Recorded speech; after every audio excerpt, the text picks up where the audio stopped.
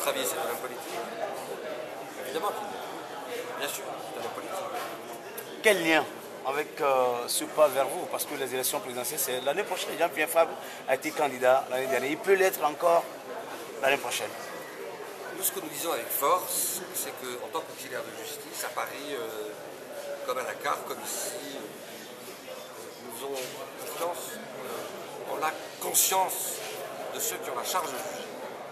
Mais en même temps, nous sommes lucides, nous ne sommes pas naïfs sur le fait qu'il y a des forces, que nous avons appelées des forces obscures, qui sont à l'œuvre parfois, pour violer le principe de la séparation des pouvoirs, qui est l'expression cardinale de la démocratie, qui est le bouclier de protection des citoyens.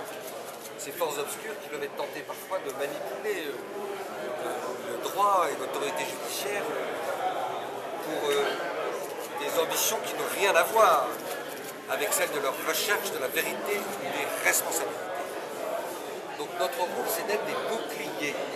Notre rôle, c'est de marquer notre confiance, comme l'a dit Jean-Henri Gaultier, envers les juges togolais, pour que, en toutes circonstances, la conscience, la compétence, l'intégrité prévalent sur les logiques d'arrangement ou sur les tentatives d'instrumentalisation. Et plus encore, nous pensons qu'il faudrait, comment dire, ce serait une immense responsabilité de provoquer un procès public dans ce dossier, parce que ça voudrait dire que devant toute l'opinion publique togolaise, toute l'opinion publique africaine,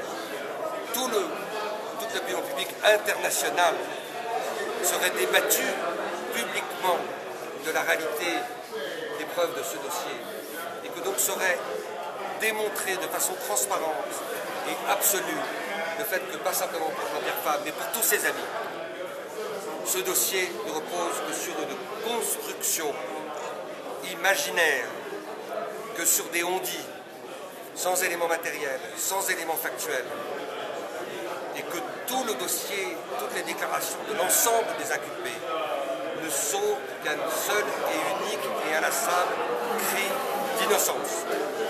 Donc lourde responsabilité pour ceux qui voudraient provoquer un débat public sur la réalité des preuves dont elles sont inconsistantes dans ce dossier. Merci beaucoup.